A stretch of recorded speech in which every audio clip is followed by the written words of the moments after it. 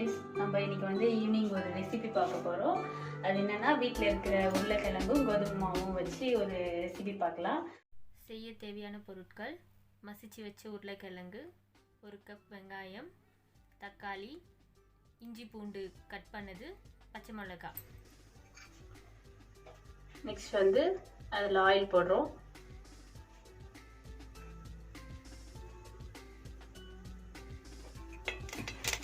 இஞ்சி பூண்டு கட் பண்ணி வச்சுக்கலாம் சின்ன சின்னதாக, அது கொஞ்சமாக போட்டுக்கலாம்.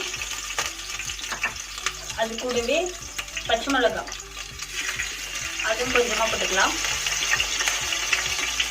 நிறைய போட்டிங்கன்னா பசங்க சாப்பிட மாட்டாங்க. இப்போ நம்ம நெக்ஸ்ட்டு வெங்காயம் போட்டுக்கலாம்.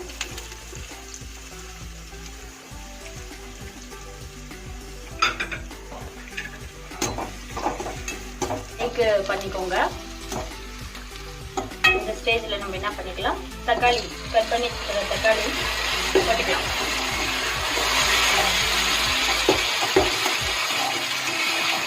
அது நல்லா ஃப்ரை பண்ணிட்டு இருக்கலாம் ஃப்ரெண்ட்ஸ்.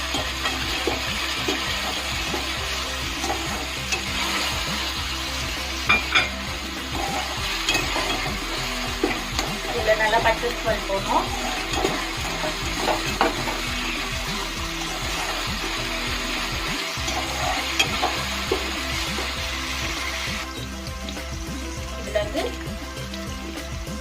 கொஞ்சமா மஞ்சள் தூள் போட்டுக்கலாம்.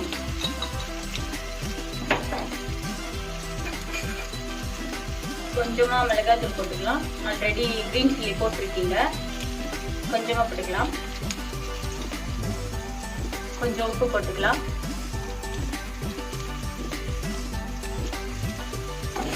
போட்டு நல்லா கலந்து விட்டுக்கலாம்.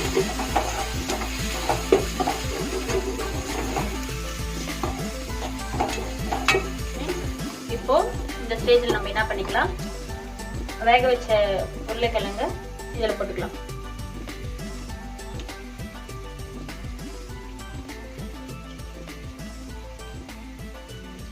இப்போ வந்து நம்ம நல்லா கலரி விட்டுக்கலாம். அந்த மசாலா, காரம், உப்பெல்லாம் வந்து இந்த உருளைக்கிழங்குல வந்து மேஷ் ஆகணும். சிம்மில் வச்சுக்கோங்க. நல்லா கலந்து விட்டுக்கோங்க ஃப்ரெண்ட்ஸ். அப்புறம் வந்து தண்ணி போடக்கூடாது, ஆயிலே வந்து நல்லா அது பாயில் ஆகணும்.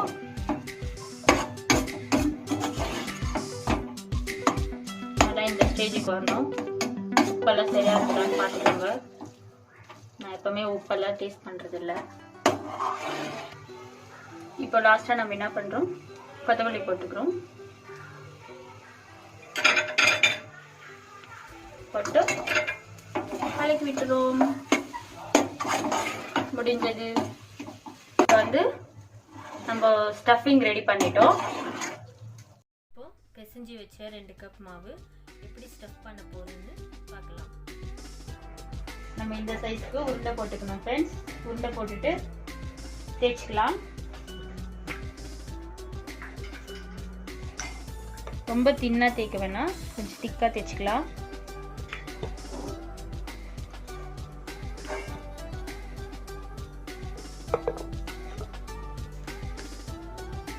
இப்போ வந்து நம்ம பொட்டேட்டோ இது உள்ள வச்சு ஸ்டஃப் பண்ணிக்கலாம்.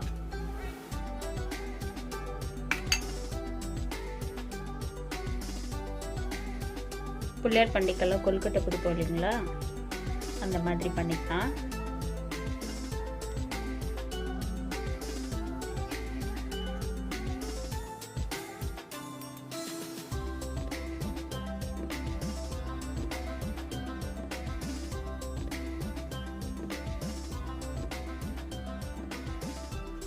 ரைட்டாக கையிலே வச்சு இப்படி அமுத்தி விட்டுக்கலாம்.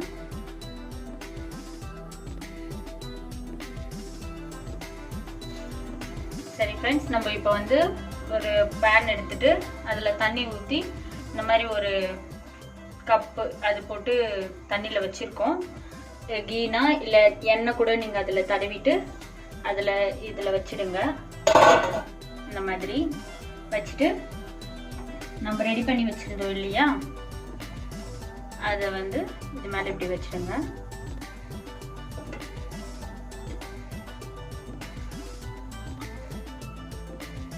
இது வந்து ஒரு 5 மினிட்ஸ் போட்டு வச்சுக்கணும் ஃப்ரெண்ட்ஸ். இப்போ வந்து ஒரு ஸ்டீமில் வந்து நல்லா பாயில் ஆகணும். அந்த கோதுமை மாவு நல்லா பாயில் ஆகிடுச்சு ஃப்ரெண்ட். இப்போ பார்க்கலாம்.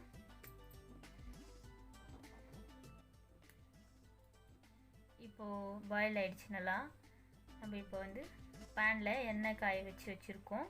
இப்போ ஒன்று ஒன்றா எடுத்து பேனில் வைக்கிறேன். நல்லா வந்து ப்ரௌனிஷாக ஆகணும் ஃப்ரெண்ட்ஸ். ஒரு பக்கம் ப்ரௌனிஷான இன்னொரு பக்கம் திருப்பி போட்டுக்கலாம்.